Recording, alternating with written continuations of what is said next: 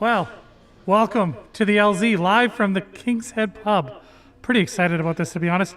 We have, I'm joined by Keith McKnight as usual, who I'll get to in a second, but I'll also be joined by Chris Graves, owner of the King's Head Pub.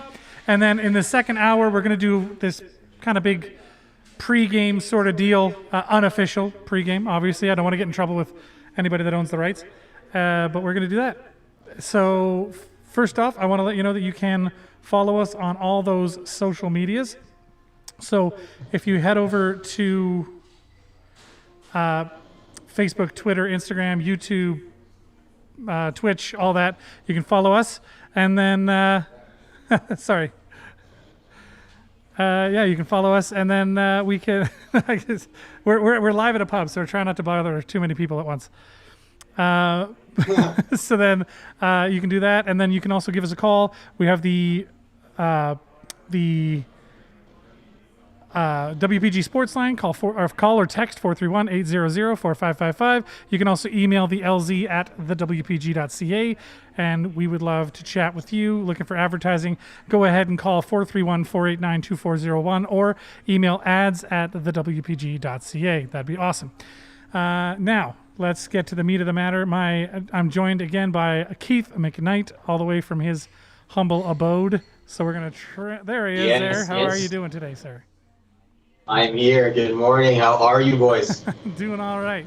So I don't know if you noticed, but there's going to be some graphics that we normally have that aren't here because I don't have my full setup. Obviously, I've got a miniature version here.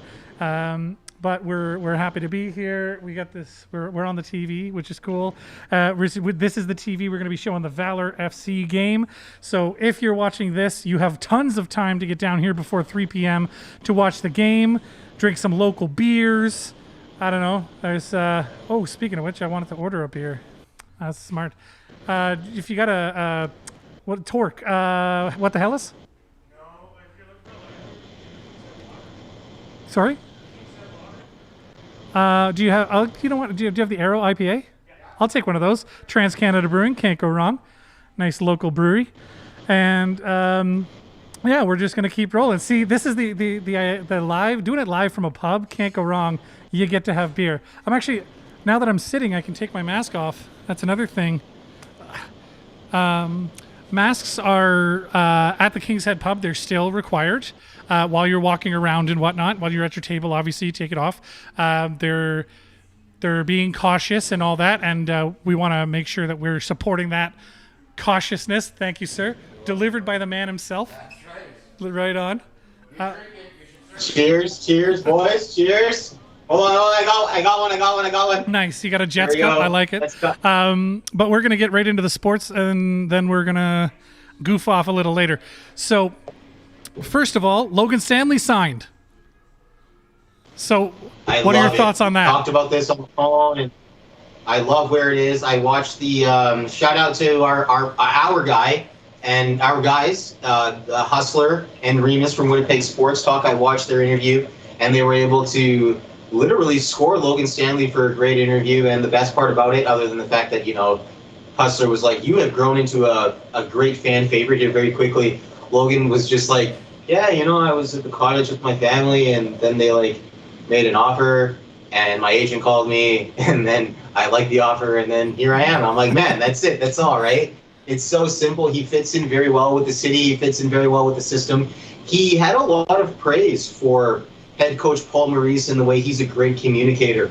And I was privileged. We're not going to get into when I was working wherever, but I was privileged to interact with head coach Paul Maurice, and I will always agree with anybody who says that he is a great communicator. For the 7 and 10 minutes that I had there interacting with him, I will go with that. Very well-spoken man, and his hockey insight, just sitting there, even if you don't know anything about hockey, he just brings it to you at a level where you're like, oh, wow, this is what it's about. Yeah. And for Logan Stanley to show praise on that and to acknowledge that was awesome, I think he's going to fit in very well. And him and Kyle Connor, I think, are two of the important keys to this franchise heading down the road with the direction I think that the Winnipeg Jets really want to head in. Yeah, I don't disagree. I really think there's a lot of positives coming out of what happened with the draft. I know that's future stuff, and then with the free agent frenzy, we ended up with Schmidt and Dillon. So, and then signing Logan Stanley is a big deal. Did you read where the Cop thing was at this point? I did see a headline, but I was so sorry. It was like a thumbnail on the YouTube videos I was watching, but I was so excited about the Logan Stanley thing that my excitement just took over with that. But I think he's still in negotiations, and I don't think that he's going to run into any issues with wanting to stay here. I think he likes, where the team is headed. I think he likes where he fits in. He's a very integral part, I hope I'm pronouncing the word right, into this team and, how of their success on the ice. Right. And so we losing Frenchie, Matthew Perreault's out. What are your thoughts about that? Okay. No disrespect to one of our favorite viewers and fans, Mr. Alvin Garton. I really like the way Matthew Perreault was always producing in previous years. It was just these last few years, his place on this team started to, I don't want to say he was about to fall through the cracks, but let's put it this way. His spot wasn't very solidified, let alone, if we're talking about falling through the cracks, let's say he wasn't very cemented with their draft picks and kind of the people that they were signing. And especially when you saw some of the free agency signings that they had too, you can't really blame him for that. And, just to put a smile on everybody's face and be like, hey, Keith is crazy. Another Keith McKnight conspiracy is, I called him Pirate Perreault when he had that awesome thick beard going on and his hair was so long. Once he cut that hair, it just changed for him. I'm telling you, there's just certain people in the NHL that hair and the length of it is a very big part to their success in the league, and I feel that Matthew Perreault was one of those, and that is what led to his detriment in this team. I will blame it on his haircut and the fact that he trimmed his beard that made him look like a pirate. All right. Well, it's you're always about these like hair theories. Oh, he cut his hair, so that's why he stopped producing. Or yes, he didn't start producing until he cut his hair, and it's crazy. Yes, you're crazy. It's awesome. I love it. Well, then in that case, I'll just leave you a wide open question. Do you have any other conspiracy theories regarding the expansion draft, the NHL draft, and free agency right now? Do you have any conspiracy theories?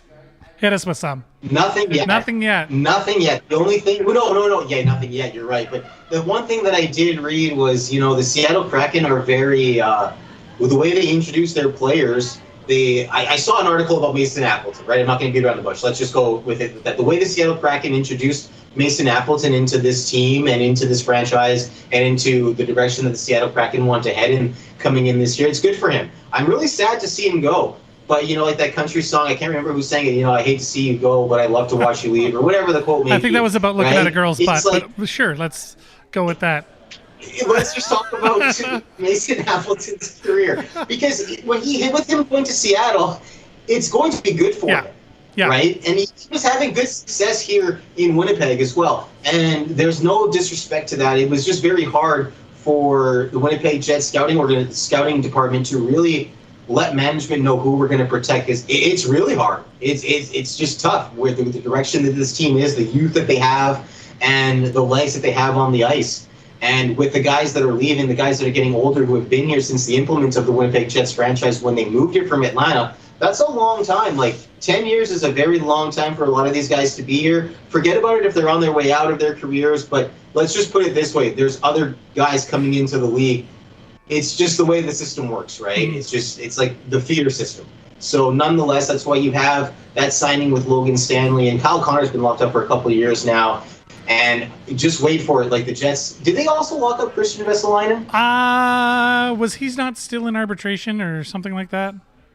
Something like that, right? I know that he's in still some talks, and it's very important that he gets secured well with this team too.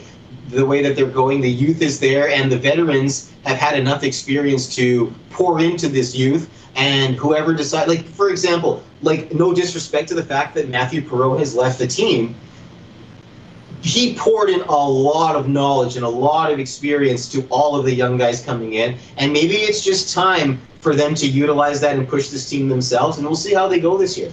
This bubble, this whole playoff system was weird. The Jets walk in and they sweep the Edmonton Oilers, where there's a lot of Edmonton Oilers fans who didn't think that was going to happen, and then the Jets get swept by Montreal. Then Montreal goes in to get dominated by Tampa Bay. It's just like, you to mention this to me, playoff hockey is like a different story. And where I'm going with this, I just watched the Russian 5, and your man, Scotty Bowman, he said that, this is the end of the regular season is not the goal, right? Like, that's okay. We're not going to focus on being the best team in the regular season. And I think that's where okay, go ahead. I just wanted you to stop bumping the table, because you every time you do that, it's very loud.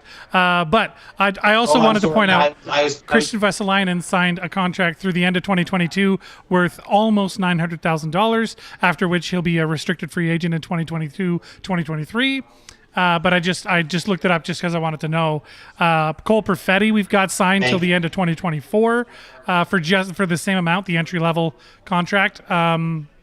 So $894,000. Goodness me, $167 per year. Okay. But he's got that for the 3 years, Cole Perfetti. So he'll be a restricted free agent in 2024-25. So that's a pretty big deal. We got some time for these guys, and yes, and because just to go back, and I appreciate you looking that up, because it was going to be on the viewer's mind, my mind as well. So it's just great that it could just, because it's important, right? And just to quote that with the Russian 5, that the Scotty Bowman said that the end of the regular season is not the goal here. Like, we're not going to focus on being the best team for the regular season. We got to get through the playoffs here. And yeah, we're going to maybe lose a few games. We're probably going to fall apart to a few teams here, and just see them in the playoffs. And that's like, it's not a marathon. It's not a sprint. It's a marathon, right? Uh-huh. And with head coach Paul Maurice at the helm and behind the bench, I think he knows where to get these guys going. And the assistant coach Charlie Huddy has a lot of experience playing with Edmonton back in the 80s. So the Jets are heading in the right direction, regardless of the amount of words that I ate with this team throughout the playoffs and the regular season. That's okay. I still believe in them. I still do, because they're a hungry team. Yeah, I don't disagree. What I also like is Andrew Kopp is still, they're in arbitration with Andrew Kopp. They're still in arbitration with Neil Pionk, but they did finally sign Logan Stanley to a 2-year, $900,000 deal, at which point he'll be a restricted free agent in 23-24. So that's kind of it's good that they're locking up these guys. What I wanted to ask you about, because you're always crapping on Scheifele, and I don't know why. Okay, please go ahead. But yes. He's not the money man on the team. Nikolai Ehlers is making $6 million a year, and Scheifele is only making 6.1 to like $6,125,000. So, do you know what I mean? Like, he's not making that much more. Pierre-Luc Dubois is getting 5. Kyle Connor's getting getting 7.1. I'm glad. And this is where I'm going to quote the Russian 5 documentary that I just watched, because it's fresh in my mind. From yesterday.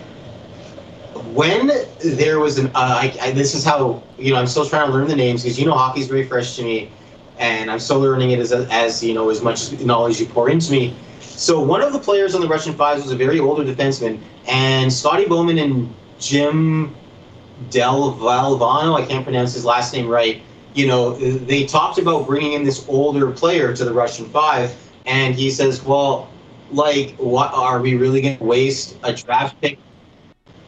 Sorry, go ahead. No, go ahead. Yeah, so they were talking about, are we going to waste a draft pick on an older player? And I think Scotty Bowman countered with, well, who the Detroit Red Wings were giving up at the time. And the only reason why I can't quote is because I'll go back into the documentary and quote this on the next show, so that way everyone can hear that I actually watched it again. Who they were giving up was a 50 goal a year scorer, right? And then Scotty Bowman countered, like, but do we win? And the main goal here is to win Lord Stanley's Cup. And I get it that we've given this kid a lot of time, but we don't win. I don't know who we can trade him for. Maybe that's some homework that I need to do. Maybe there's some more homework that I need to do, what we can get for him, the amount of draft picks and cash considerations and so on. Maybe I will have to get a good mind for business and the way the NHL actually works behind closed doors. But we don't win, okay? we just don't win, and it's okay to move on from the fact that this system hasn't been working with this particular player.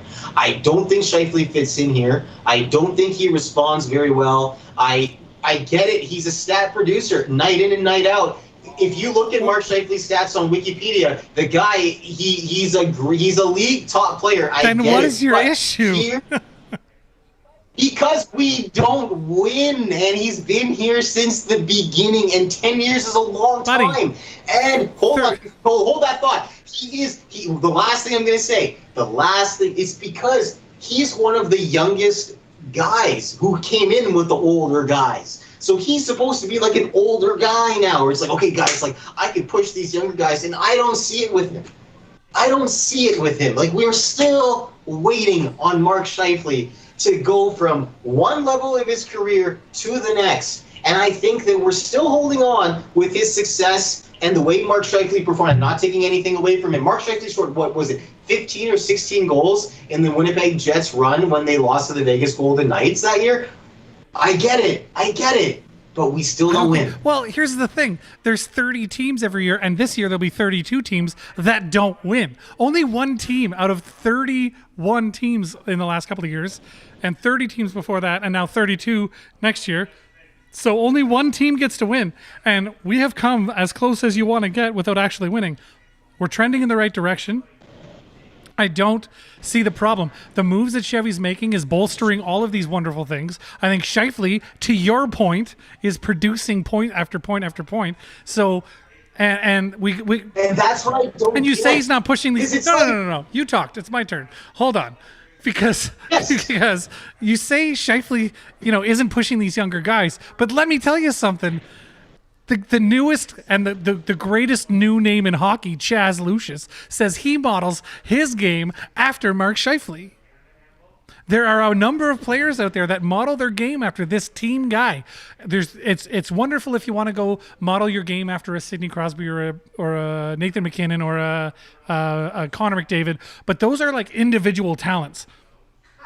Mark Scheifele is a guy who has a ton of talent, but also plays the team game, does what's need to be done, does what he's told by the coach.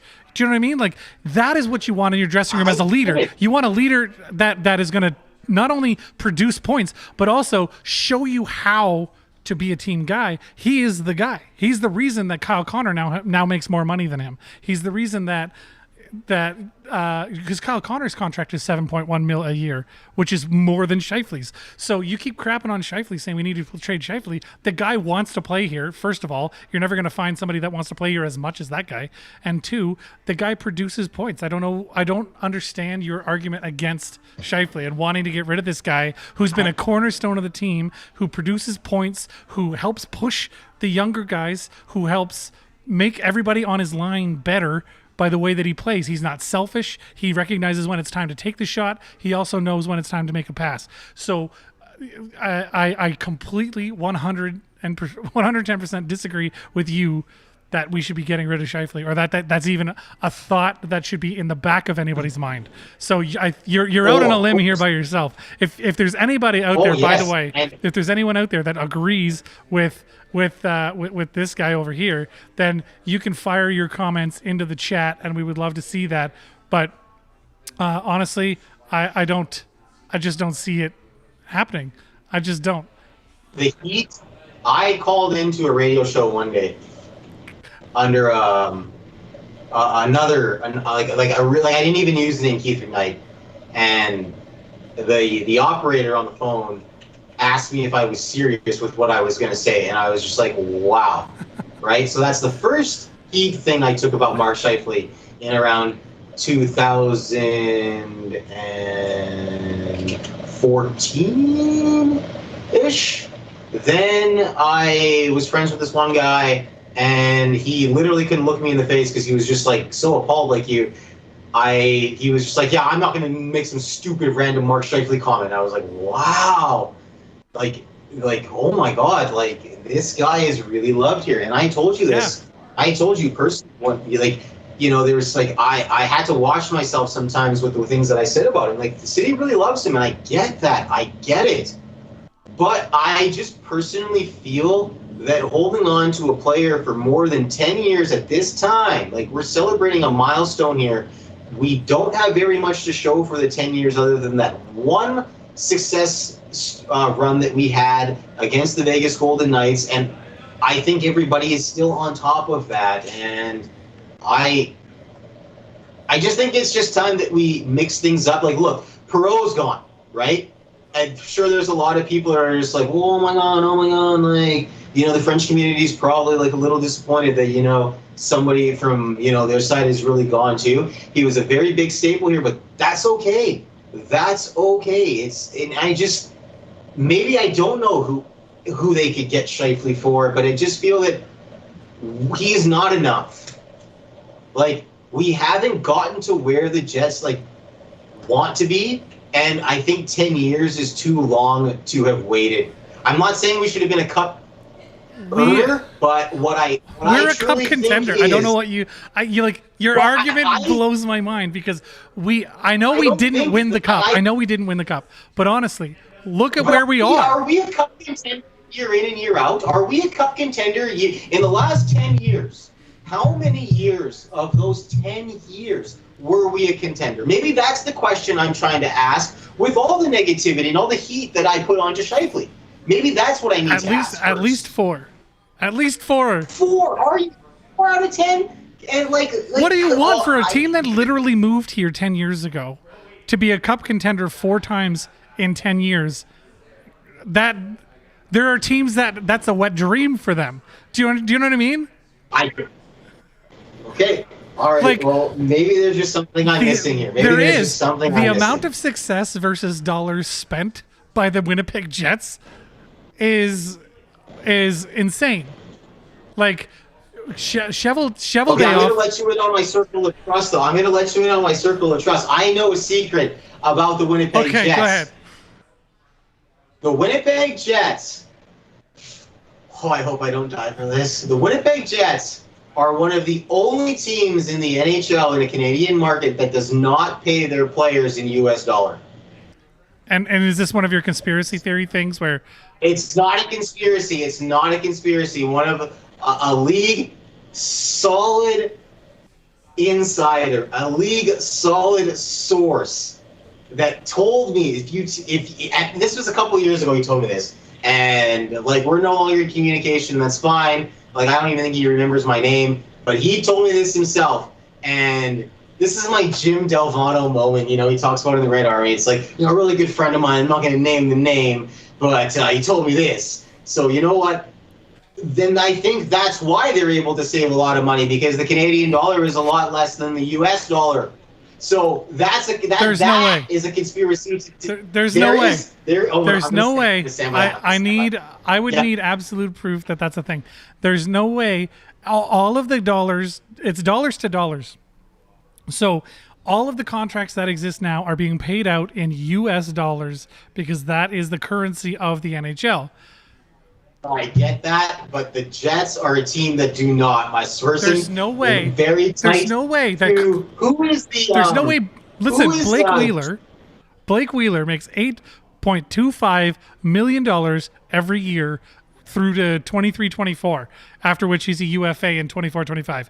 But he's worth $8.25 million, and you're going to tell me that they're paying him like $6 million in Canadian dollars? Yes, in US they dollars. are. No. Yeah. Okay. They may pay them in Canadian dollars, but it is worth $8.25 US million. It's not. There's no way. You're full of shit if you think that they're paying him $8.25 Canadian millions. There's no way. You're nuts. Who's Gary Bettman's right-hand man? Jim Daly is his name? Who cares? Anytime I see Bettman's name, I avoid that headline. I just don't read the article. Everybody does. Screw that guy. Everybody. So, yes. Anyways, I'll stand by that. That's my story. I'm sticking to it.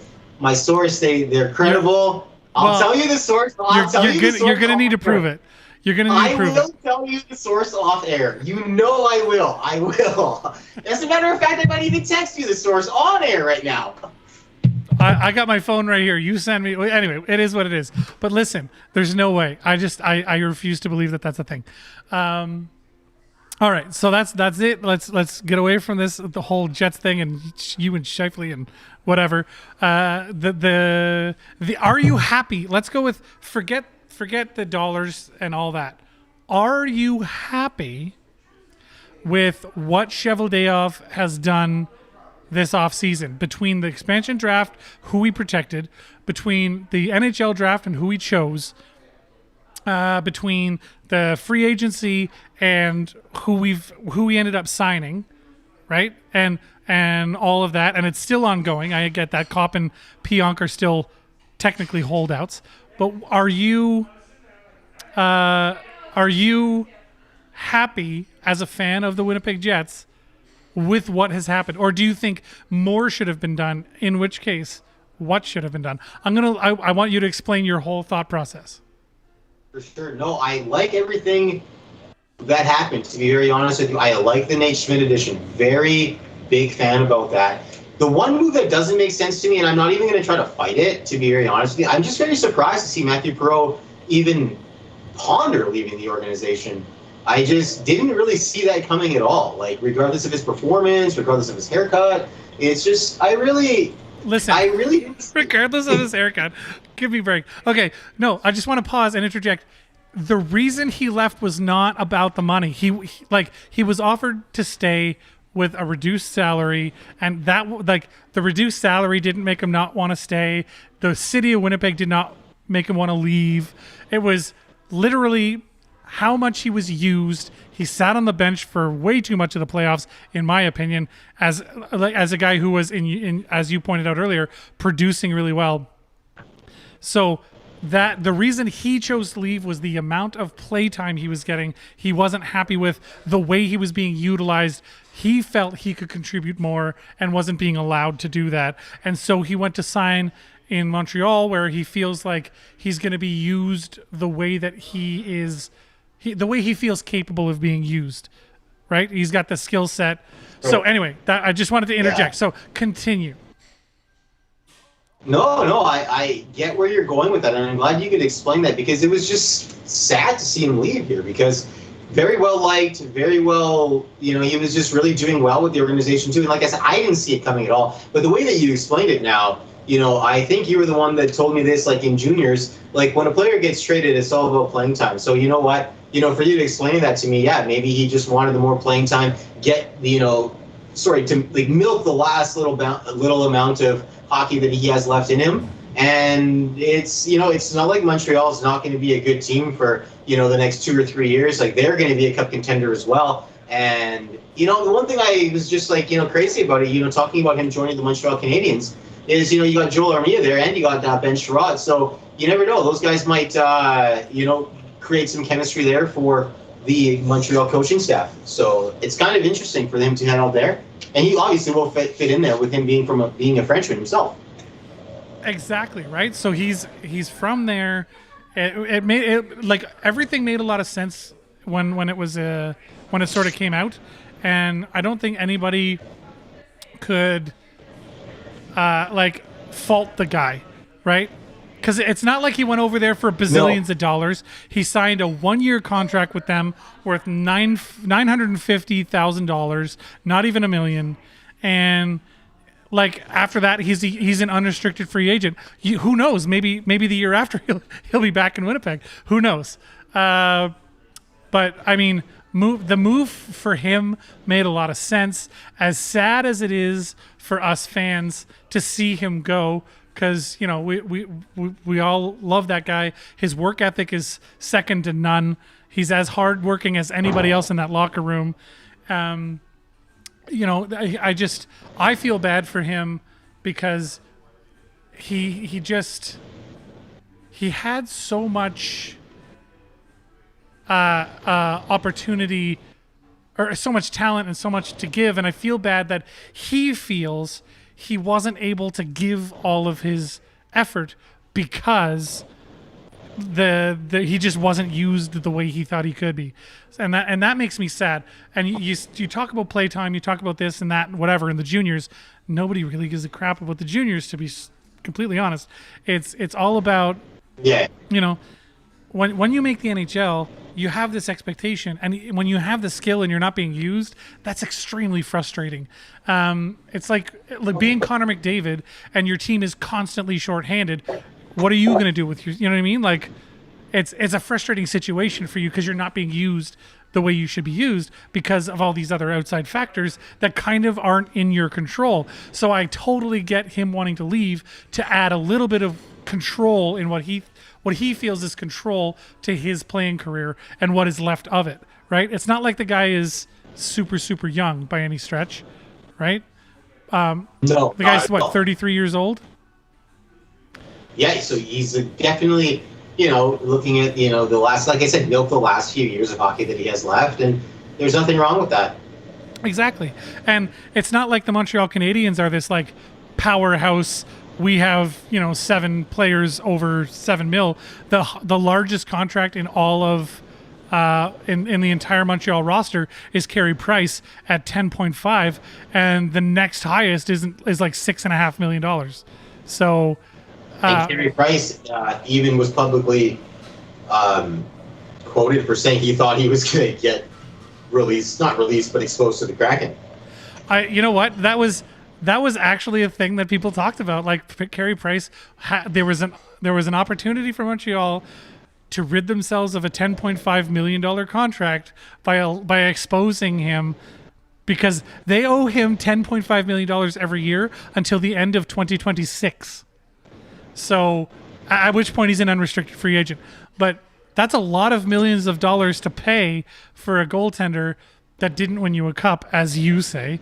But for the fans of Montreal, they're looking at that going, the only reason we had an opportunity to win a cup was because we had like a solid team, but an amazing goaltender. So Carey Price, while he didn't carry the team the way that Patrick Waugh did back in '93, like he wasn't the only good player on the team, but he was absolutely their best player.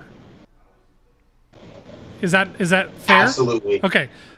Very fair to say. No, I have to agree. And he was talked about a lot in the Russian Five when the Montreal Canadiens ran into the Detroit Red Wings. So yes, he was a very integral part with that organization. And look at the way that the Colorado Avalanche had the success with him. You can't win cups without a good goalie. It just doesn't happen that way. Exactly.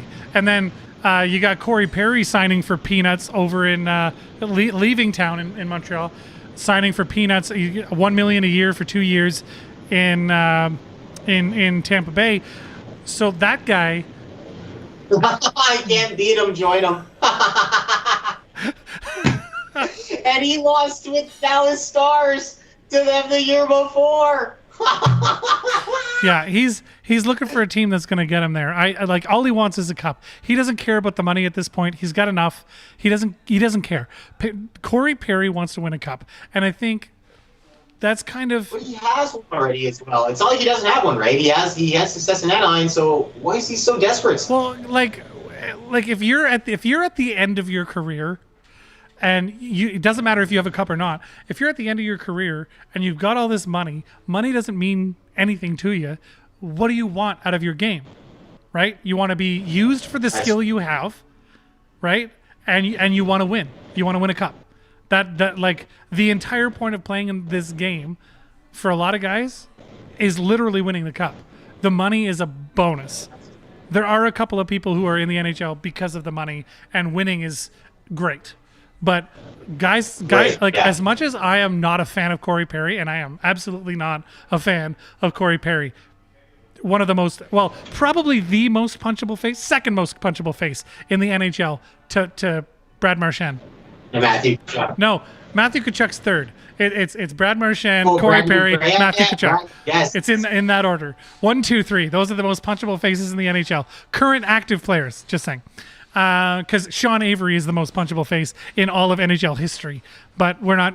That's anyway. For that. Anyway, Corey Perry just wants to win. That's all he wants. He just wants to win games and win the cup. That's all he wants. And he wants to go to any team that will win the cup. He's willing to go. He doesn't care. He'll sign for literally nothing, like $1 million a year for a guy as skilled as Corey Perry. Are you kidding me? I know the guy's 36 years old, but that guy's got so much skill. It's stupid. The fourth line for the Canadiens during the playoffs were the most effective line for the Canadiens during the playoffs. Right? Am I wrong? Yes. No, not wrong at all. Okay, I thought so. But anyway, I just also want to point out that the Lightning have a huge draft versus signed ratio. The number of players, the number of forwards they have that they drafted themselves is 8, and I think they signed 4 of their. They've drafted 8 of their forwards, current forwards, that they were drafted by the Lightning, whereas only 5 of their forwards, I think 5. Yeah, because you got Corey Perry, Bellemare, Maroon, Barré-Boulet, Smith. Yeah, so 5 of their players were signed. Everyone else was drafted. All of the rest of their forwards. How crazy is that? How forward-thinking is that organization? That's where they're at. Very important. Yeah, no kidding. They're really setting themselves up. They don't want to have any droughts. They don't want to have any lean years. They don't have any dog days as well. And especially with the fact that, with the great Stevie Yzerman, heading back to Detroit, he built that team as well, and put them in a position to, and maybe with what he did with Tampa Bay, will put the Detroit Red Wings in a position to have a lot more success down the road, the way Tampa Bay has been able to have that success being fluctuated. You know what I mean? The crazy thing is, listen to the names that they drafted. They drafted Nikita Kucherov. They drafted Steven Stamkos, Braden Point, Andre Palat, Anthony Cirelli, Alex Killorn, Matthew Joseph, Ross Colton. They drafted all of those guys. Right? And they're varying ages. These are guys they've drafted over a number of years. This didn't all just happen one year. This is a concerted effort to make sure that they are drafting the best players over and over again, and they do an amazing job of it. You want to talk, because people talk about how Cheveldayoff is a genius at drafting and trading and signing and this and that and the other thing, but there's 5. Hold on, 1, 2, 3, 4, 5, 6. There's 6 drafted players in the forward lineup of the Jets right now, and people are always like, "Oh, what a great job Cheveldayoff is doing, picking these young talents and developing them." But the Lightning are doing that and then some, right?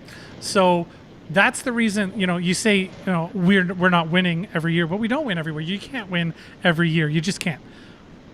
But I really think that you got to give the Jets organization some credit. And if Cheveldayoff says that Scheifele is a player worth keeping, at this point, you kind of have to buy in, don't you? I mean, everybody but Keith McKnight buys in. What is Keith McKnight holding out for? You're the lone holdout on this. You just are. No. Yeah, I'm the guy who double downs on 12 when I go to the blackjack table. Fair enough. That's whatever. Hey, it's all you. But anyway, let's push the matter.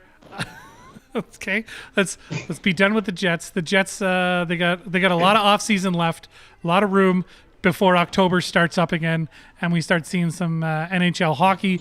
But who we don't have to wait for is the Winnipeg Blue Bombers.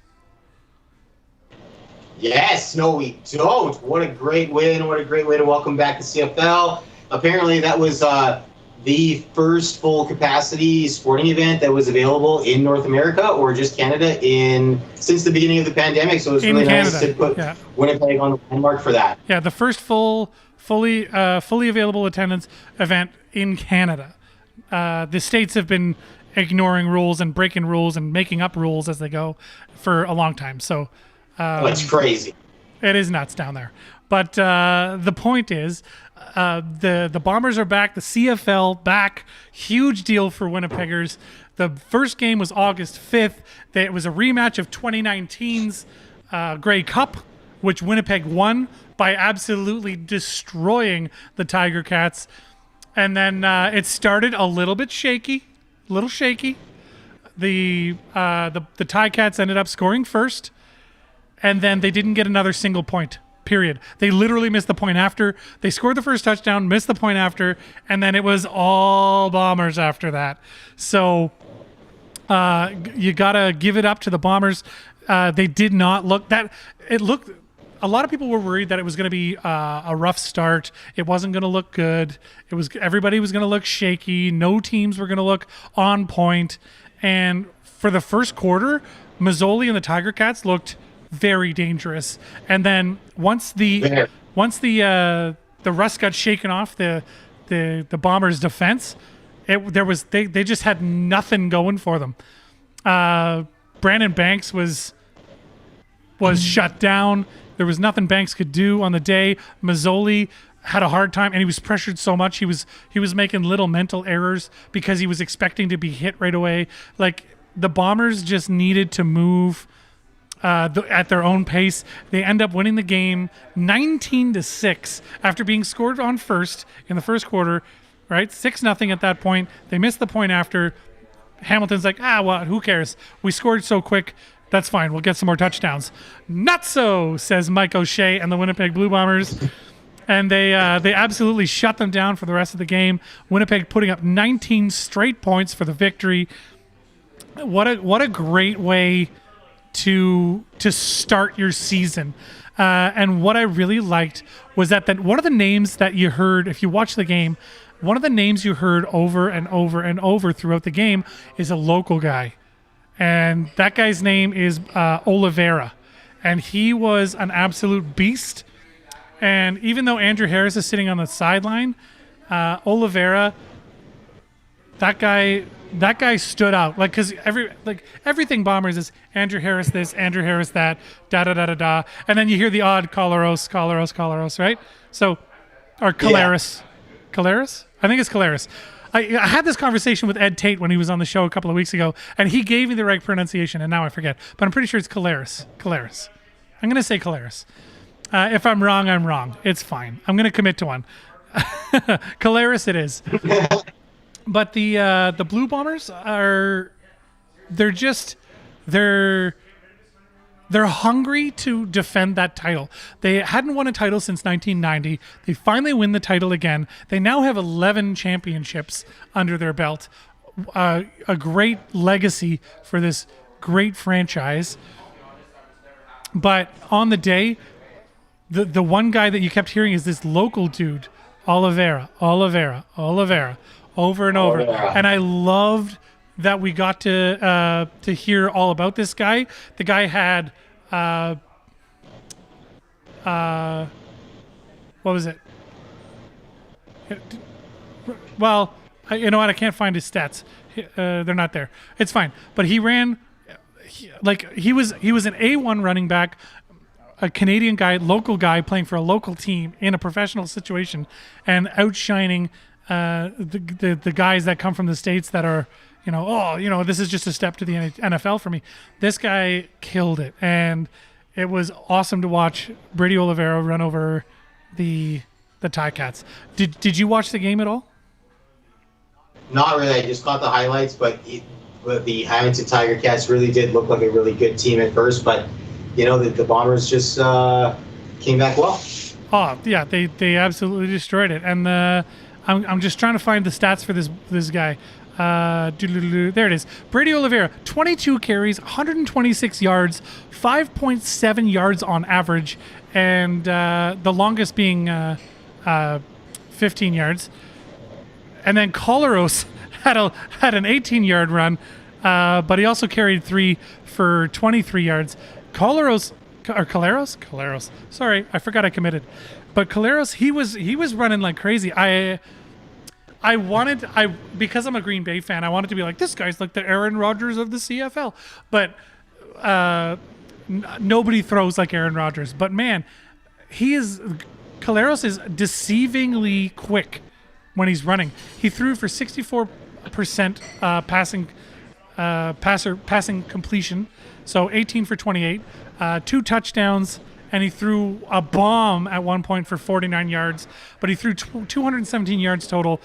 The guy looked amazing, and the receivers looked really good. Brady Oliveira had a one reception on 2 attempts, so he caught a ball for 21 yards as well, and you can't ask for more.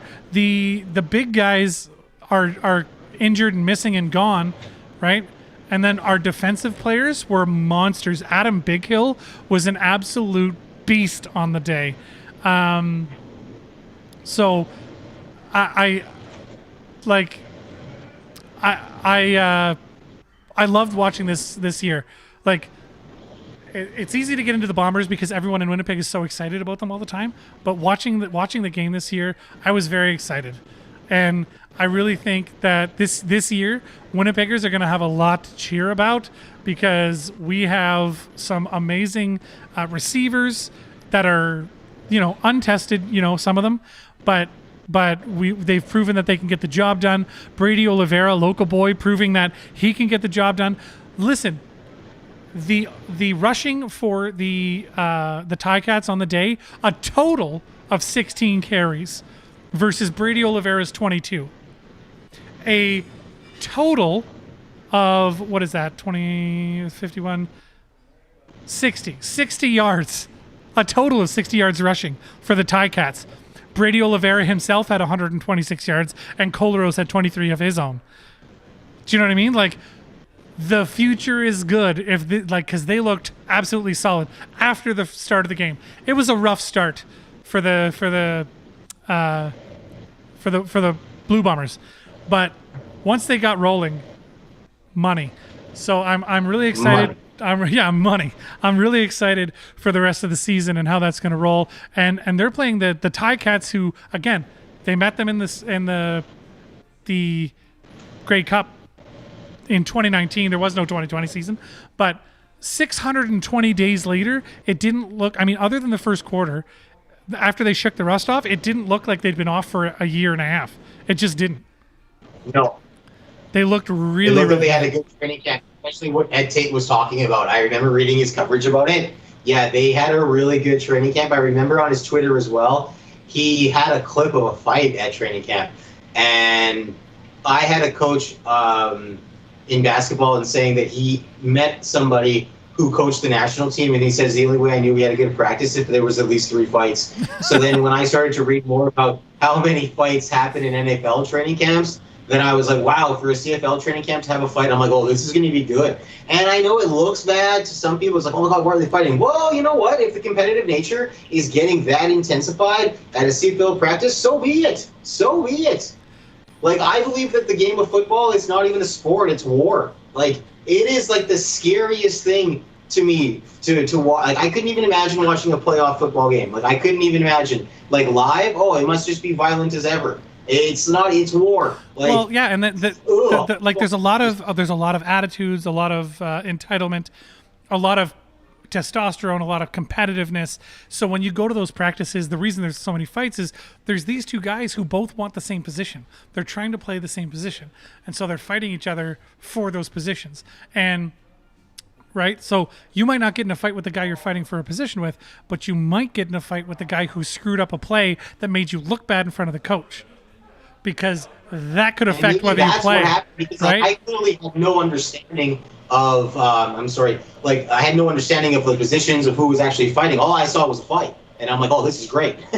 So when you pinpoint it that way, it's true. Like, these players in every professional sports league, and I know that even amateurs, they try out every night. There's guys on that team that you're going to compete for playing time, you're going to compete for ice time, you're going to compete for everything.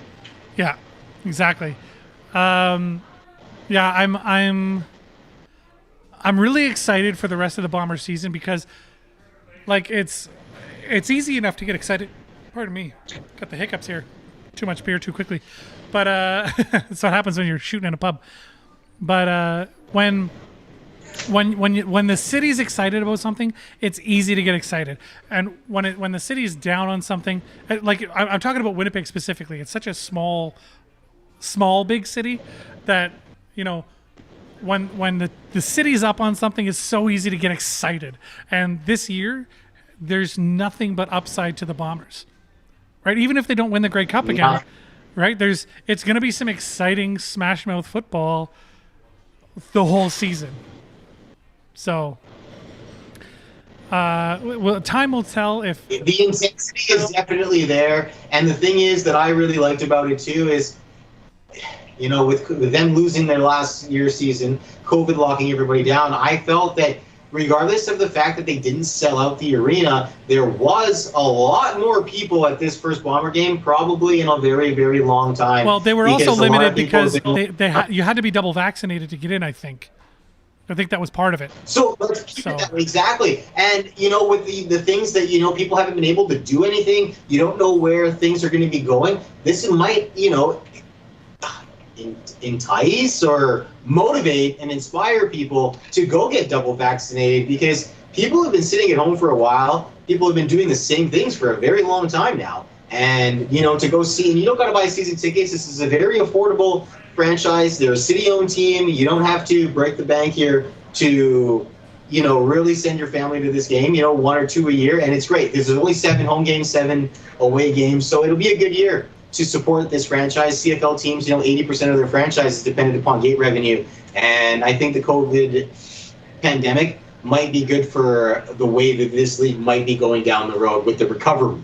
I don't speak for any other businesses, but for the CFL, maybe hats off. So hold on. We need to go back a little bit, and I'm sorry to bring this back up, but I just noticed the comments in here. It's from Aaron Merk. Aaron Merke? Merke? M-E-R-K-E. Anyway, for some reason the chat's not working through the screen, so I'm not going to bring it up on the screen. But I will point out that he said, you don't win, get rid of Scheif. You might as well just blame the arena. Just get a new arena. We're not winning. Lazy thought. So somebody disagreeing with you, and he says Winnipegger just griping about Winnipeg. So I just a new arena. Okay, maybe that might be the answer. Well, maybe I don't even know where to go with that. he's just saying that blaming Scheifele for not winning is a little on the ridiculous side, and I'm gonna lean on that and agree. I'm gonna say that absolutely that's a ridiculous thing to say. Get rid of Scheifele because we didn't win the cup. Like, come on. Like, Edmonton didn't win the cup. Trade McDavid. Trade McDavid. Edmonton hasn't won a cup in years. Trade McDavid. Hey, Edmonton has been rebuilding since Steve Tambellini was a general manager. So Winnipeg moved here 10 years ago. They weren't even a team in this city 10 years ago. And it's not like, they were a team and they moved and then it came back. Completely different franchise. They didn't get the franchise they sent away. They bought a different one and brought it back. So, for you to say... That's only because they missed the sale of the Coyotes by 4 minutes. Well, I'm kind of glad. To be completely honest, the Coyotes have been a travesty for a long time. And if we had brought them here, I feel like Winnipeg would just be the travesty instead of Arizona. So leave them in Arizona. We'll take these Thrashers that nobody wants anyway. We'll take them to Winnipeg and we'll turn them into something that's exciting, that sells playoff tickets for a number of years. And that's it. So, yeah. Did we lose you there, Mr. McKnight? No, I'm still here. I'm just processing everything. I'm processing, these thoughts, these comments, these concerns, and all these questions about what has arisen here with my distaste, dislike, and disappointment and effort with Mark Scheifele. So, we're coming to the tail end of the first hour. This is a good wind down. Got a lot of homework to do this week. Got a lot of homework. Maybe I'll see who we can put him on the trading block for. See what happens. Right on. Well, listen, I really want to thank you for coming and being part of the show today. You're always welcome. Your picture froze on the screen. It's totally cool. However, we still get your audio, so it's all good. But that's a good freeze, though. I have the link. That's a good freeze, though. That is. Listen, like me and my girlfriend laugh so much because whenever we pause the TV, there's somebody always making a stupid face. This is one of the best pause faces I've seen. So congratulations on that. Thank you, sir. I mean, if you were gonna freeze for any reason, that's a great smile to have. Your shit-eating grin, I'm gonna call it. And we're gonna move on. We're gonna talk Valour FC. So Valour plays today at 3:00. Valour plays today at 3:00, and we're gonna switch away from you because well, he's gone altogether. Gone altogether. Hold on, please wait. Am I back? Am I frozen? Oh, he's back. No. All right. It was great. Enjoy the rest of the show, folks. Mark, it was great to talk to you. It was great. Say hello to everybody at the King's Head for me. And looking forward to hearing what the Valour news and the updates have to say there, okay? Sounds good. Thanks for joining us. We're going to throw it to commercial break. When we come back, we're going to be talking Valour FC. We're going to be talking pre-game because they play today. Valour is in Calgary playing against Cavalry FC at 3 p.m. Winnipeg time. So for the next hour, that is our focus. Get with us right after this commercial. We'll see you in 30 seconds. Good warm-up for that. That's a great lead-in. All right, boys, enjoy the next hour. Thank you again. Make your house a better place to come home to with Aquatech Pool, Spa, and Bath. We've been delivering complete customer satisfaction for over 40 years. Whether it's a fully completed backyard escape, a completely renovated bathroom, or a premium upgrade on outdoor furniture, Aquatech is the only name you need to know. That's because if it's an Aquatech job, it's an Aquatech team working on it. No outsourcing, no subcontractors. We do it all. Visit our one-of-a-kind showroom today at 1065 Dugald Road. Aquatech Pool, Spa, and Bath. We create better places to come home to. All right, we are back, and I'm just going to take 2 seconds to make sure that the video works well for him. But I also want to remind you that you can find us on all the social medias. We are on Twitter, Instagram, Facebook, YouTube, Twitch. Go ahead and hit us up on any of those. If you have any opinions about the show, if you have questions or comments about what we're talking about, the sports and stuff, any of those platforms we'll talk to you on. Don't forget, you can also call or text the WPG Sports line, and that number is 431-800-4555. You can also email the LZ at thewpg.ca. If you're watching live, feel free to comment along. The only comments right now that I can see, and I apologize. I'm on location. I don't have all the same tools. I don't have all the same setup, but I can only see the YouTube comments. So if you're commenting on Facebook or Twitch today, I do apologize. I will get to those comments, but not probably live. Apologies ahead of time. But are you ready, sir? Are you ready? This is Adam Johnston joining me from the Red River Rising organization. He is one of the founding members, and he's been on the show a few times already. How are you doing, sir? Not bad for a Sunday before I got to work this evening. Dealing with a few unique characters on the phone, so I'm doing well. Excellent. Well, I'm glad to have you. Thank you for joining us. We're going to have some Valour FC fans in the house, probably closer to 3 p.m. as the game is going to be shown on this TV right behind my head. I'll just quickly pitch. This is what you can see up here. Oh, fancy. Yeah, really. You have to do it. You have to do it. Fancy, right? No, it's fast. I'm excited. So I'm very happy to be at the King's Head Pub. Again, want to remind you, they have amazing food. They have local taps as well as some great craft beers and if you're a macro person, they can sort you out as well. Don't worry. If you're a hard liquor person, they absolutely can sort you out. They got a crazy back bar full of booze ready for you. And if you're ready to be out in public again, this is the place you should start with, the King's Head Pub. It should be everybody's home base. Let's go to the King's Head Pub and then figure out what we're doing, right? That's what it should be. So anyway, Chris Graves is with me here in the building. I will have him. I'll invite him over whenever he is available. He can join me. And we got Adam Johnston via Skype live from his home. Will you? Obviously, you have to work today. Is that unfortunate? Yeah, I pretty much work every single day unless I request a vacation day off from one of my jobs. So it's yeah, you got to save those for the home games, right?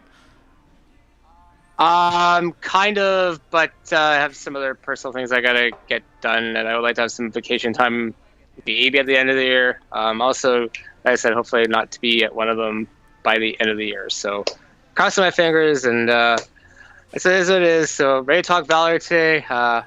Big game against Calvary today. Huge game. And before we get into the game that is today, why don't we talk about the Pacific FC match that they played most recently? What were your thoughts on that match? Obviously, they ended up with the 2-1 loss. Very disappointing. Marco Bustos spoiling it in the 87th minute of all things, of all people to score on us, right? But what were your thoughts on that? To be honest, I thought it was for their effort on the road against Pacific. I had a feeling it was going to be really a challenge for them, and I wasn't surprised actually by the result. I actually thought they did okay right until the end when Bustos scored based on a defensive glitch by Federico Pena, and so the result kind of didn't surprise me, but just based on Pacific and what they have. So, but they are in a little bit of a slump right now. I think they've lost like 3 in a row. They're going to Calvary, and Calvary is slowly getting there. Although they had challenges with FC Edmonton last time they won against them, but they barely beat them like 2-1. So it'll be a very interesting game. I mean, there was some highlights I thought of the game. Like defensively, they're okay right until the end. They got a little bit better compared to the Edmonton game. And the header was that they scored on was pretty good Romeo against Pacific. So yeah, like Romeo, that was almost Andrew Jean-Baptiste-esque. Yeah, I mean, and it's funny. I even asked him after the game because Romeo and Gale were the two that were made available to the media. So I asked Romero after the game. I was like, "Do you feel any pressure, to fill these physically and metaphorically big shoes?" And he just laughed. He's like, "Nope, not at all. Like I'm Rocco Romeo. He's Andrew Jean-Baptiste. So I'm here. I'm Rocco Romeo. I know what I need to do. I've talked to the coach. He gives me my assignments. I worry about what I do. I'm not worried about being somebody else or trying to, fill somebody else's shoes." So, and I'm paraphrasing this. These are not direct quotes. Just, I can't remember. I mean, it was basically a week ago. So, but he was very, very confident in saying, like, "No, I'm me. I don't feel pressured in any way to perform a certain way, to do a certain thing. I'm just here to get the job done and get it done right." So I thought that was a great attitude from Rocco Romeo. Only his second game in with Valour. He was signed and immediately started. He's on loan from TFC, I believe, right? Yeah, I believe that's correct. Yeah. And then we got, the other best player on the field is on loan from CF Montreal in Jonathan Sirois, on loan, as well as Sean Rea, also on loan from CF Montreal. But the game today is going to be something special because, a couple of losses in a row. It's looking a little rough. Fans are starting to wonder, like, is this the team we know that they can be? But I thought the Pacific game had a lot of positives. They did. What were some of the? First of all, let's get the negatives out of the way. What were obviously the Pena? Just how do you leave Bustos? You're already up a man. They're down a man because of a red card. Right. You've got the advantage. How do you let Marco Bustos just go? How do you go? How do you let him go? Right. That was a bad play. Thoughts? Yeah, that's a coaching thing partially, as well as Pena technical or defensive glitch, to be honest. I watched that. I was like, as I don't know what to say, to be honest. So I'm hoping that these little glitches are good lessons for Pena and the defensive line to like learn from and correct moving forward in like critical games like Calvary today. Because let's face it, this is game road. If I was hoping, to be honest, if they could get at least one win and a draw, or at least 2 wins, and they don't win today, or at least get a draw, then I'm going to be kind of disappointed with this road trip, to be honest. Well, yeah, as like a team that absolutely dominated the bubble. The question is, are people going to turn around and go, well, they can only win at home, right? Is that, or it was a fluke that they won 6 out of 8 games, right? So yeah, that's the issue. That's going to be a question. Yeah, that's the issue. I mean, I had a feeling like going on this first road trip, they would have some challenges, and we are seeing them being exposed on the road for the first time because they had all their games at home at IGF, and it's showing like there is some gaps they've got to fix. Like I mentioned, defensively with Andrew Jean-Baptiste gone is like the biggest concern. So, and scoring has been a little bit of a concern as well recently as well. So we'll see what happens today, and hopefully. They can correct these and like build those blocks to become a better road team. Because as long as they can get win about or get points on most of their games on the road and win half of them, I think they'll be good for the remainder of the season. Yeah. But they got to start doing that today. And you're right. Like it's when you go on a road trip like this, especially after such a successful start to the season. It is an absolute momentum destroyer to have 3 straight losses on the road, right? Not 1, not 2, but possibly 3. They're already on a 3-game losing streak. They lost their last game in the bubble. They lost 2 games on the road so far. Yes, please. See, I love. When I'm at home, nobody asks me if I want beer. This shooting live from the king set is the way to go. Thanks. So it's been great. But yeah, they already lost 3 games in a row. Going 4 games in a row with losses would be a big problem. Cavalry is a decent team for sure. Definitely a challenge today. But I felt like the way that they played against Pacific, if they play that same game, I think they should come away with the win today. I really do. Thank you, by the way. Yeah, I think Pacific so far this year has been shown to be a better team than Calvary. So if they can keep playing like they did defensively and somehow sneak a goal out, I could see them winning or at least drawing, Right. and then heading into like the final road game against FC Edmonton again. They could do very well against Edmonton and hopefully show that was a kind of a fluke in that first road game. So Right. Yeah, there's a lot of work to be done. But I mean, they can do it. They've shown us they're a good team.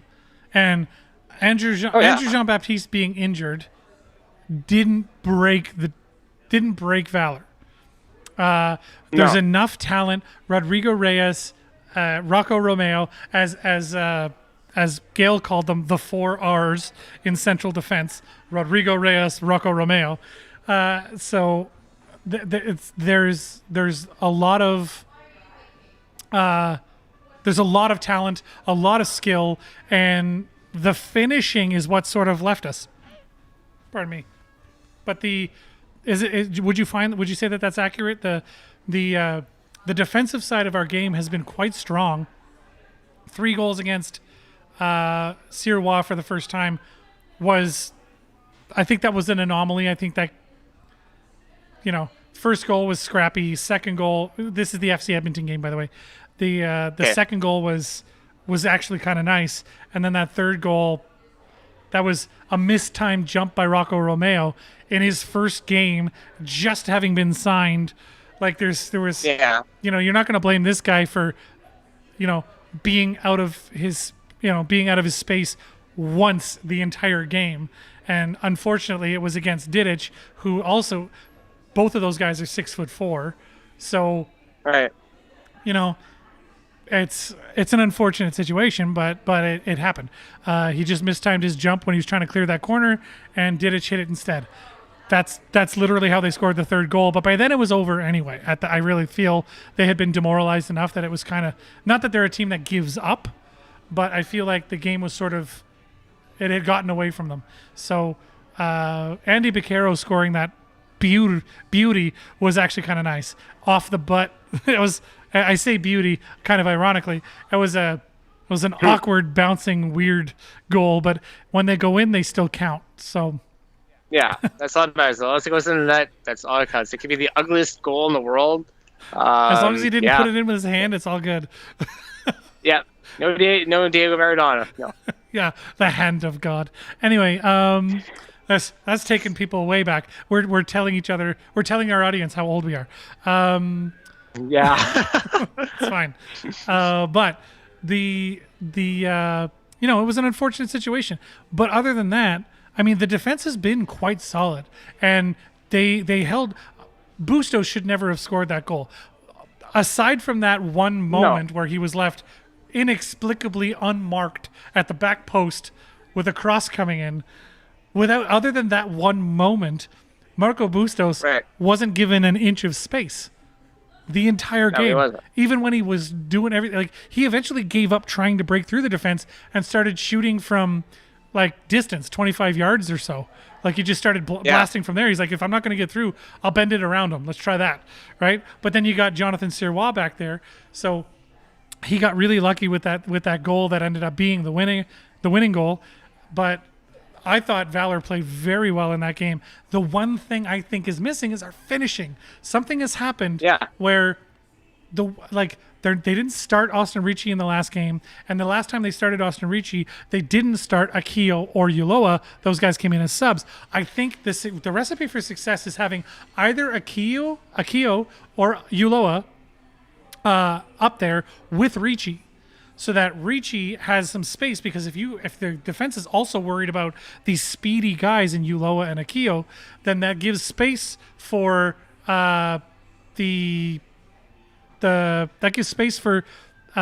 like Ricci to actually take a step, place his shot, and not be rushed in shooting, which has led to a bunch of goals so far. I really think, Marco Bustos now leading the league. That goal he got against us that actually gave him his 5th goal of the year, kind of not a goal that he's going to be like, hey, go watch those highlights, So No, obviously not. Yeah. But again, that's what good players do, though, right? They will keep finding a way to score goals, and exactly. That's what happened once today. That's a good point. But I think Ricci can do that too, but he needs help. He can't do it all by himself. They got to put Akio or Ulloa up there to break that speed, and I'm curious actually whether or not he'll be starting today. I actually have probably have received the starting 11 email so far. So let's have a look. Starting 11. Let's see who it is. It is.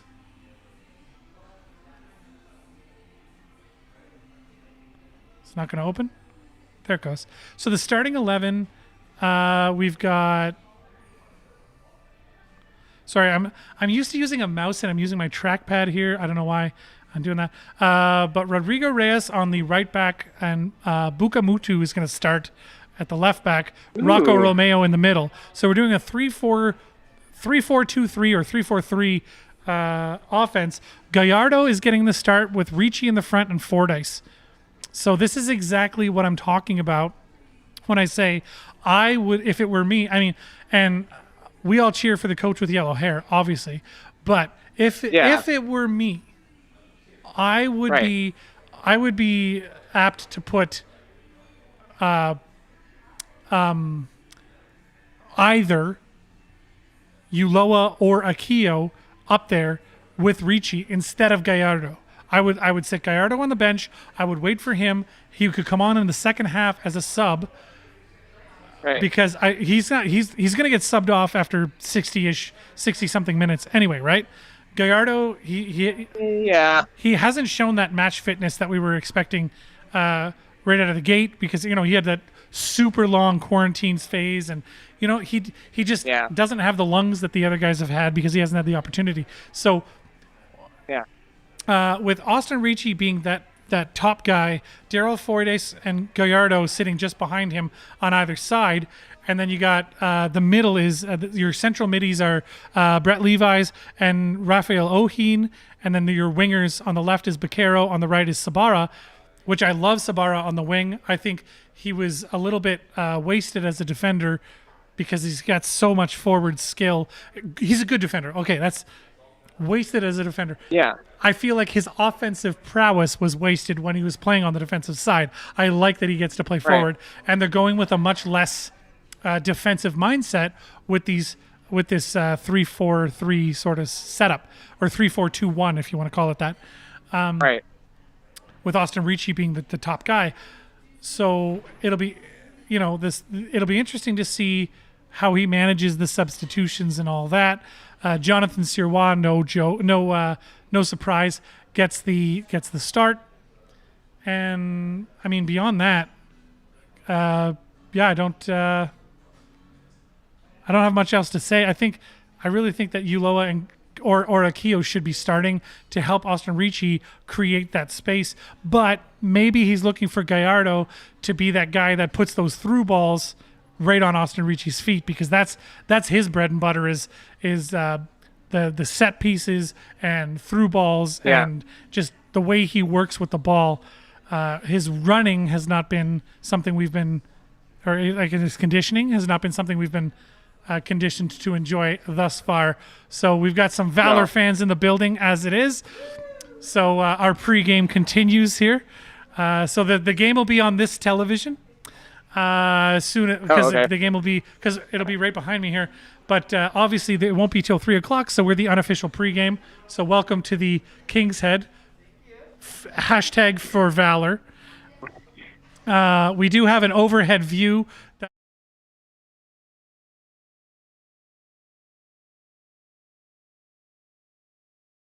So we're getting some fans in the building quite early. It's only 2:15, so they'll be excited for that. But I'm just going to leave it to you there, Adam. What do you think of what I was saying about, Ulloa, Akio helping Austin Ricci, or do we think Gallardo and Fordyce are able to do the same job, or what do we think? I think you got to mix it up a little bit. You got to put Akio on there to create that space there. It just seems like lately, like you said, the finishing has just not been there lately since the York game, and maybe it's just time to mix up a little bit and have Akio with Ricci and and make a go out of it. Yeah, I think that would be the right way to do it. But as it stands, the back three from left to right are Buka Mutu, Rocco Romeo, Rodrigo Reyes. The middies from left to right, Baquero, O'Heen, Levi, Sabara. And then we have Daryl Fordes and Gallardo just behind Austin Ricci, who will be the striker for the day. And Spruce Meadows, I don't know this field very well. You saw it a couple of times in 2019, but obviously that was a long time ago. This is going to be the first time Valour plays there since 2019. So it's a little bit of nerves shaking off this first road trip, but hopefully we can stifle this whole 4 losses in a row. We can end it with 3 and put the win on the board. Yeah. Or at the very least, as you said, a draw at the very least, to salvage something out of this road trip before they head back here. What are your thoughts on the Cavalry this year and the way that they have played? I think honestly, I'm going to refer back to what FC Curtis said last week. They've been a mixed bag up to this point. They shown promises of being the top team in the league, but they're still missing in Cavalry this year. So I think that'll continue. I think for them little bit this year. It'll be interesting to see what Tommy Wilden Jr. has up his sleeve today against us. So I'm sure he wants to win against us today. So it'll be interesting to see what happens. How Calgary puts up their lineup today. Yeah, it should be interesting to see how that goes. They've got some really good players in on the Cavalry roster that are dangerous, and they definitely, when they are given the opportunity, they cause a lot of problems for the whoever they're playing against, right? So yeah, it's not like it's there's no good players on the team. Their highest scorer right now, though, has 2 goals. There's 3 guys on their squad with 2 goals on the year. That'll be Musi, Novak, and Selemani. So those guys all have 2 goals apiece. Those are guys that they're going to want to watch out for. As far as the starters go for them, for their strikers, they're going with where is it here? No, I can't tell. There it is. Novak. Novak will be their go-to guy today to start. Yeah, boo indeed. Boo indeed. I like having people in the building that are booing with me. This is great. I love that. Just like wrestling, yeah. Right? It's great. Yeah, I mean, you can't. The fans are.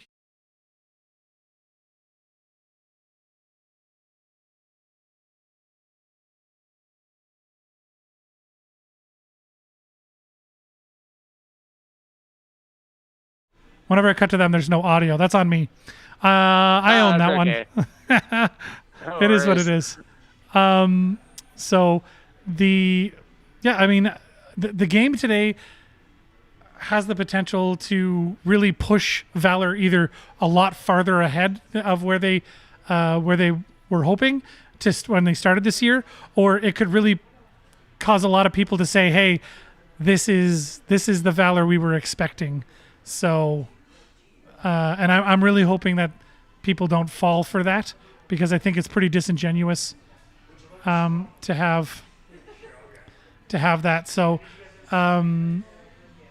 here we go. There we go. Now when I put to them, there's actual audio. So the fans, like I said, are in the building, and there's only going to be more of them.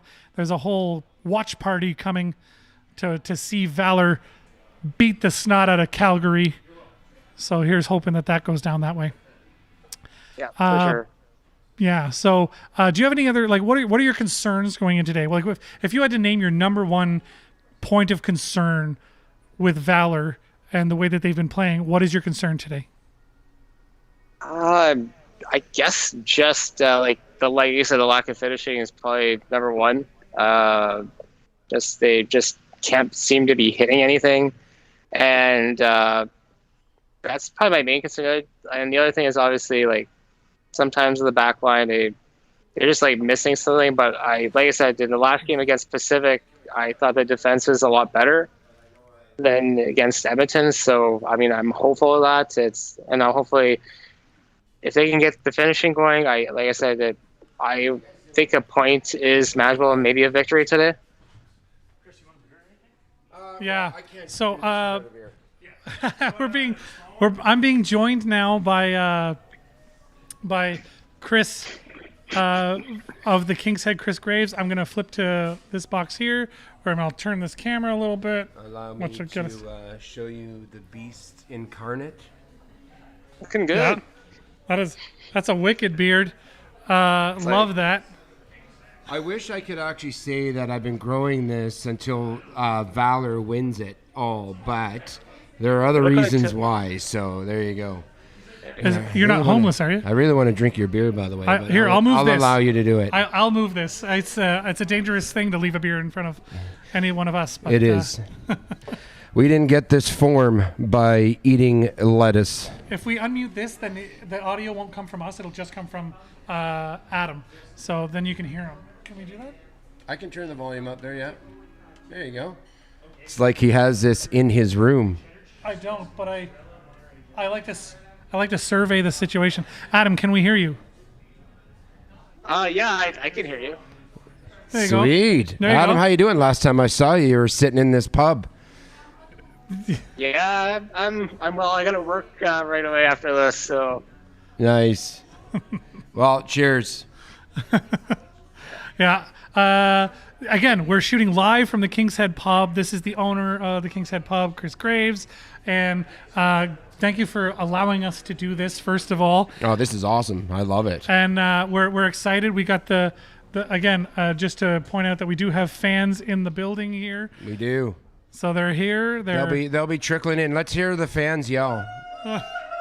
That's Yeah. how we like it. all three of them so far. I love it. This is great. This is amazing. So let's get to the game. How are you, dear? Sorry, I'm gonna literally be saying hi to people as they come into the pub. Do it. I've been so waving it to is. people whenever I see Valor or anything. I wave to them when they came in. I don't That's care. That's the whole point of doing a live show. That's right. Adam, you're not here, but say hi. Hello, everyone. Yeah, see, they can hear you. There we go. Yeah, they can hear you. It's all good. It's all good. So Chris, you're a huge Valor supporter yourself. I am. Season tickets still this year? 100%, absolutely. The as a matter of fact, a selfish little plug, but on Do the it. first game that they're playing, we are going to be running a bus, and all of our buses are always run by Tony's Transport. And because of everything that sort of happened, they've actually donated a shuttle bus for us to take fans to the game from the pub. Tony's, you're awesome. Keep it up. There you go. But I mean, so we're pretty excited about that. I think it'll be pretty exciting. So I think it's a Monday, if I'm not mistaken, right? Is sort of that. The 16th, yeah. Yeah. So that just take Tuesday off, people. Come on, it's simple, right? We've been doing that for the last 17 months. Just let's figure it out. Yeah. I could stay home. Yeah, I think I so. work from home, so it's fine. Yeah, I can be hungover at my desk in the morning. That's right. But I'm hoping that the Valor win this one for Mr. Bobby Gale's birthday that he just celebrated. So that would be awesome. That would be pretty amazing, actually. He's never mind. It's been a rough time through the whole pandemic. But Bobby, when you're recruiting and stuff like that, when when you're in the middle of a pandemic, you can't go anywhere, you can't travel, everything is by Zoom, kudos to what he's been able to do. The team is looking pretty good right now. I mean, we've had a couple devastating player losses, which is kind of sad. AJB, man. Yeah. And Jose Galan still Yeah. isn't back. He I didn't know. travel with the team on the road trip. We're hoping he could be potentially back by the 16th, Oh but man, that would be huge. that would be a big deal, I feel. That'd be a big deal. But, at the end of the day, they're playing really well right now, so we're pretty happy about that. We are still continuing to be a major sponsor for Valor, for sure.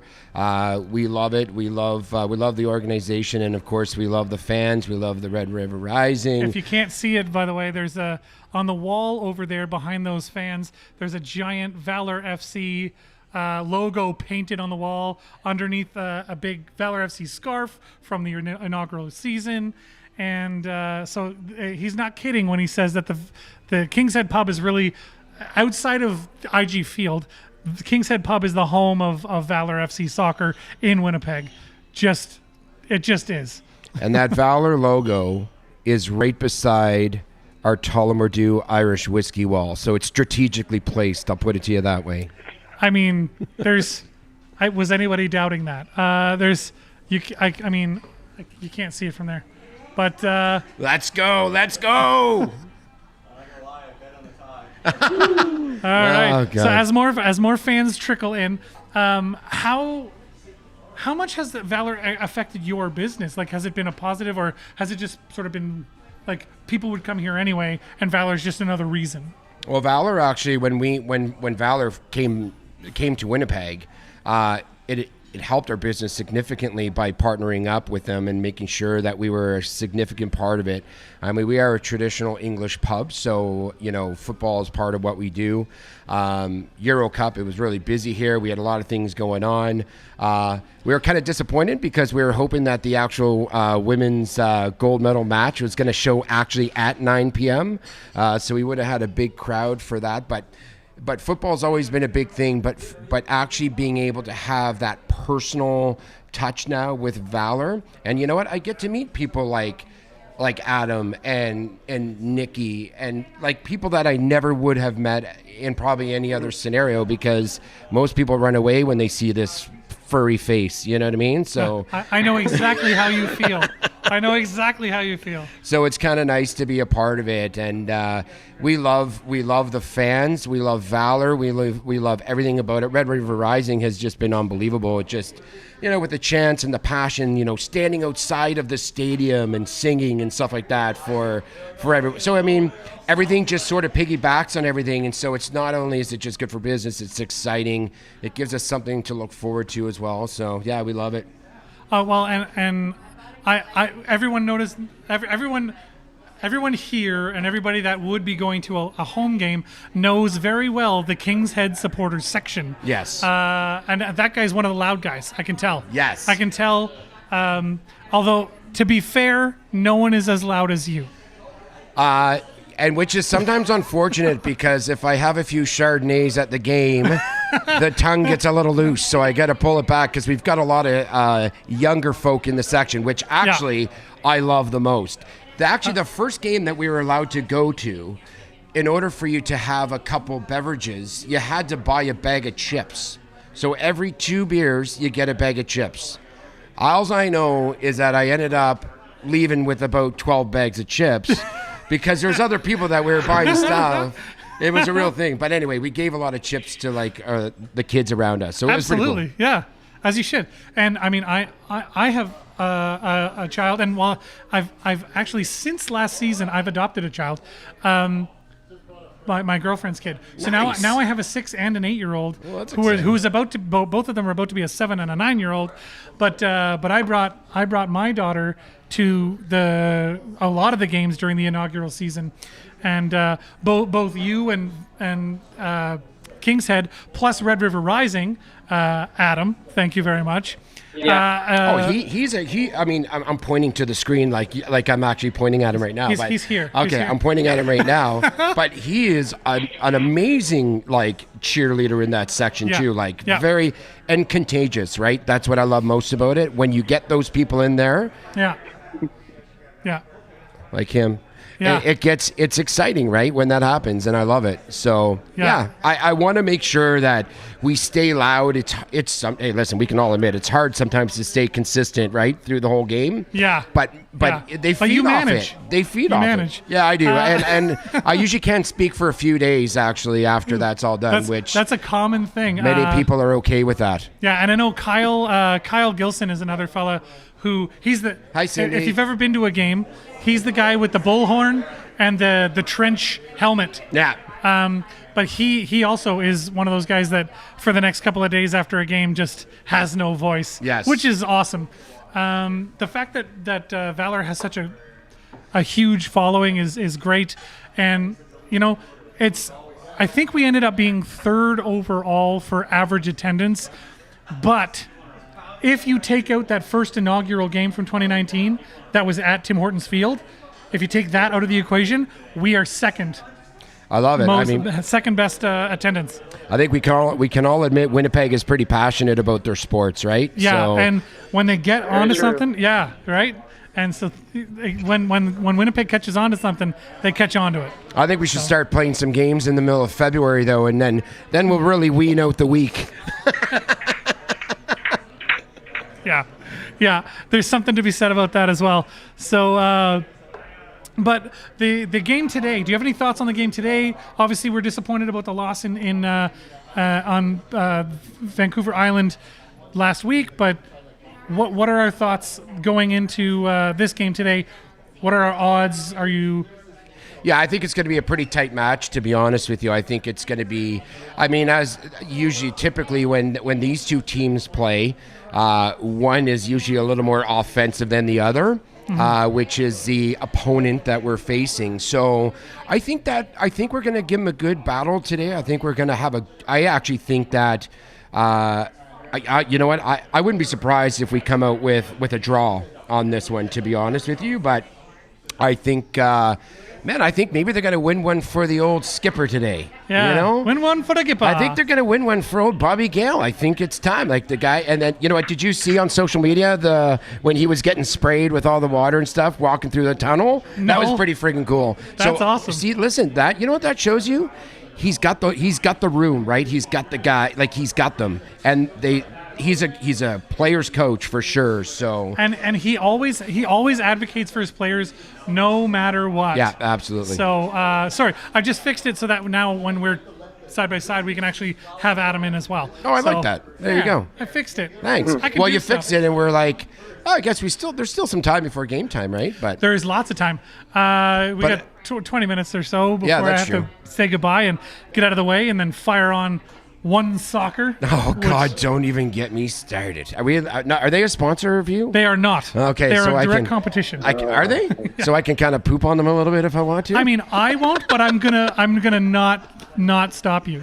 I'm not gonna say too much other than the fact that So here's my issue with One Soccer. Okay. Okay. And I'm talking more of the streaming app and that situation. Mm-hmm. We're trying to grow this game, right? We're trying to grow the league. We're trying to do that. Let's make it a little bit of a better platform. And you were saying before that you've had no issues with streaming it. I Currently, have. I mean, I had a couple of issues when, the first year. Right. But this year, I haven't really had any issues. Right. It does some weird stuff where every once in a while, like if you're streaming it through the web, all of a sudden it'll just, the whole video thing goes error, and you have to refresh the screen and it works fine. Right. But it's like pretty few and far between this year. See, did you see Adam? He's like, That's what happened to me this afternoon. have you had problems with it too, Adam? Have you? All year. It's like the highlight of my life. Yeah. I mean, and listen, people have seen it. Like when we're in here, we're trying to stream the games, and that's happening. It is so frustrating. Luckily enough, we haven't had a goal happen yet. Knocking on wood, by the way. I'm knocking on wood. Yeah, I gotcha. But it's been frustrating. Yeah. So today's the day we're going to have a goal happen during a pause? Well, you're streaming it, not me. Yeah. It's my fault now. What? I honestly, to be honest, I am just as frustrated when it freezes as much as I have to deal with crazy customers on the phone all the time. So, I feel your pain, man. It's One Soccer. It's got some challenges, technically, for sure. It does. And like I said, so we're trying to grow the game, right? We want to make it a lot more accessible and easy and popular for people. How are you going to do that? Not everybody is going to be able to go to these games. And here's another reason. We have a game today that we're showing, right? Yeah. So here we are. We can't go to Calgary, but we're here and we're going to show the game. And we need the streaming app to be proper. Well, it would also help if they had an actual channel on cable you could subscribe to, so you could put it on all of your televisions. Yeah.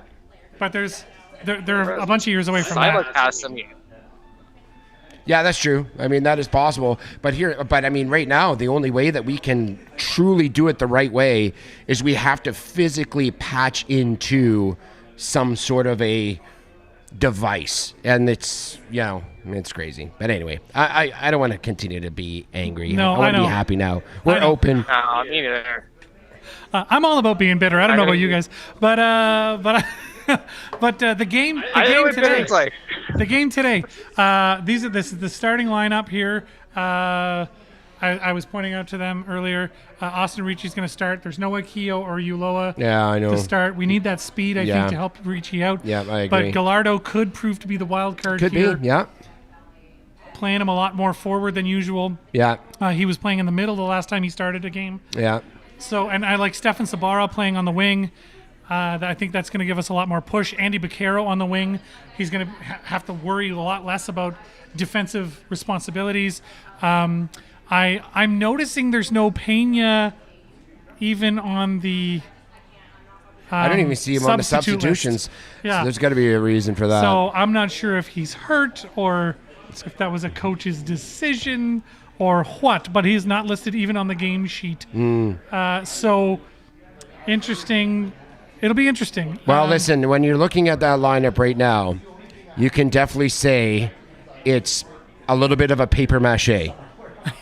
Can we say that? Yeah, that's a good way to put it. Right? Like it's still something that's there and it's pretty good, but it's definitely not the team that we had on the pitch 4 matches ago. During the bubble. Yeah, during the bubble. Exactly. So, I mean, Rocco Romeo didn't even exist on the squad until the road. Exactly. So that was a thing.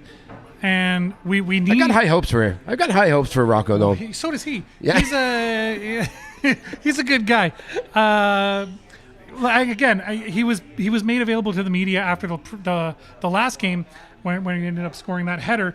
And of course, as soon as you score a header, you're playing center back. You score a header, you play for Valour. Everyone's going to go, oh, compare. Like, how do you feel about, being compared to AJB, Jean Baptiste? Like, he's the guy he was our center back. He was the guy, the go-to guy, and. Shots are being sent to you now. Shots of whiskey. Usually they send me shots of whiskey so I can stop talking. That's typically what happens. That's a sign, is it? Yeah. Yeah. And you know does what? It work? I'll say this. Every time I hear the name Baptiste right now, I want to cry. I literally want to shed a tear. And I bet he's not far behind you with those tears. He's probably really upset. I mean, the guy loves his squad. He loves his team. He wants the wins. He wants the games. But it just doesn't work that way all the time. No, it doesn't. Thanks, Reg. Thank you. By the way, I'm cheersing am I allowed to say alcoholic beverage on here? Absolutely. This is YouTube. Frickin' whiskey. This is not cable. There's no rules. Thank God for This that. is not CRTC bound. You can do that. I'm drinking real beer live on this stream. You're good to drink your whiskey. Thank you. Oh, man, that's good. Yeah, hitting the spot? Yeah. It warmed me right up. Not that I need to be warm on a 30-degree day, but it helped. Fair enough. I know. That's fair enough. I'm gonna go back to my computer. And I I'm gotta do a little bit of work. Get back to more pre-game stuff for the Do next some 20 pre-gaming. minutes. Cheers. Pleasure, Adam, as always.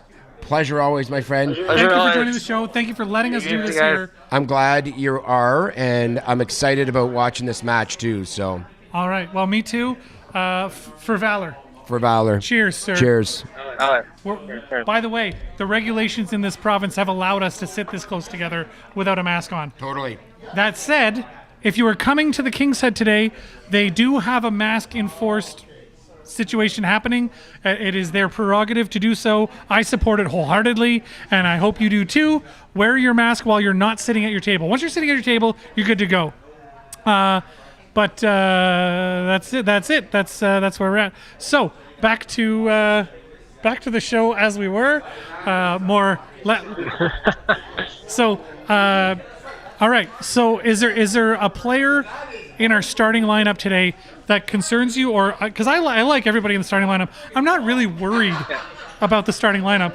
I just really think that I would have prioritized having one of those two speedsters out there to start. That's a personal opinion. But otherwise, are we happy with that? Yeah, that is. You know what? For the startup, I'm generally okay with it. I mean, you like to have a little bit of Q in there, but I mean, generally, I'm okay with this lineup, and hopefully, like I said, this lineup is good enough to get a result in Calgary today. So here's hoping. I know Jonathan Sirois wants to stop losing games. He's given up 5 goals in 2 games. That's the most he's given up. Like he's given up 5 goals in 2 games, and total he's given up 5 goals? Okay, so 5 goals in 2 games. Plus he gave up, I think, a goal the prior game, so he's given up, I think, 6 so far this year. From nothing in the first right, and then Silva gave up 2. Yeah. Right. So that's how that worked. Okay, so we got a lot of fans loading up in here. Just go to the overhead camera for a second. Welcome everyone that is here. Valour fans, ready for the game? Yeah. Loving seeing that. Yeah. I'm very excited because I'm just gonna toss this out there. I put my face in the corner so we can just transfer back and forth when it's just me. But I think there's a lot. There's a lot of people very excited. Obviously, you don't fill up a pub for an away game for sport when you're not hoping for the win. On a 30-degree day and on a 30-degree sunny day when there are other things you could possibly do. Yeah, So these people are inside when they could be on a patio because of Valour. So the hardcore fans are in the building. So congratulations to them on making that a thing. But the Cavalry are no joke. They're going to start. Carducci is their goaltender. Klomp is going to play. Their captain Ledgerwood. Novak is going to start up front. There's a lot of skill there. But as you said, they're kind of hit and miss, right? Like sometimes you never know which Cavalry squad is going to show up. They're going to show up and absolutely be a threat, or they're going to show up and be a joke. But there's not a lot of in between for them, right? Have we looked at the stats for them recently? I haven't looked at the stats of them recently, but just based on results this year, they're definitely not the squad they were in the first year. No, absolutely not. 5 wins, though. They're sitting in 4th place with 5 wins, 2 draws, and 3 losses. They've got 12 goals for, which is not a small amount. That's tied for 3rd with FC Edmonton and Forge FC, behind Valour with 14, who follows behind Pacific with 19. Pardon me, sorry. Yeah. But 11 goals against. They only have a plus like a goal differential of +1. So, Wow. yeah. That's pretty. Yeah, that's where the Dr. Jekyll, Mr. Hyde comes in, Exactly. I think, is the goal difference, I think. Exactly. So it's like when they win, they win. When they lose, they lose. And there's not a lot of gray Well, area. when they win like 1-0, 2-0. When they lose, there's like 3-0, 3-1, 4-1. So Yeah, and the points they've got going on for them is 17, which is only 1 point behind Forge and Valour, who both have 18. And then Pacific sitting in first place with 21. Of course, they're riding high with Marco Bustos and his bazillion goals that he's scored this season. So he's a machine. As much as I miss him not being on Valor, I'm glad he's just tearing up the league. Right, and he deserves to tear up the league. So now there's 3 players with 5 goals. There's Babuli from Forge. There's Bustos from Pacific, and there's Morelli Neto from Halifax. The 4 goal scorers are Ungaro from Edmonton, Ricci, Austin Ricci. Yeah, exactly. Yeah, this guy gets it. Yeah, I mean, there's no shortage of talent in the locker room. So when you look at the 4 goal scorers, again, Ungaro, Ricci, Diaz, Hurd with 3 each. Diaz and Hurd. So that's the other thing about Pacific is, yeah, Bustos has 5 goals, but Diaz has 3, Hurd has 3, and there's a couple of players with 2, Campbell and Pelosi. So like they spread the scoring out a lot, even though Bustos is scoring a lot of goals. Where unfortunately, other than the penalty kicks from Dyer, where he's got 3, we don't have a lot of help with Ricci. You know, Jean-Baptiste had 2 before he got injured, and Baccaro's got a goal. Akio's got a goal. Sabara's got a goal. Yeah. Oheen has 1. Romeo has 1. Yep. Like, so we got a bunch of guys with 1 goal. Mixture. What's that? Yeah. A mixture, it's good to spread them out. Yeah, but I mean, it would be better if it was a little more spread out, like what Pacific has, where they have a 5 goal scorer and 2 3-goal scorers and a couple of 2-goal scorers. You know what I mean? It would be much better if we had more of that going on than relying on some accidental scoring, like Baccaro bouncing one off somebody's butt, and our fullback scoring goals. instead of our strikers. Akio's got the 1. We really need him to start scoring goals. Uloa has yet to score. We really need him to start scoring.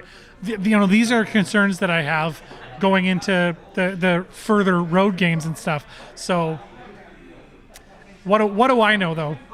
I'm just some guy that has a camera. We're just like two guys that what do we know?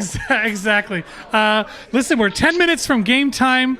It's almost time to give it up and hand it over to the One Soccer people, which I will get rolling, no problem. But I really think that we ought to look at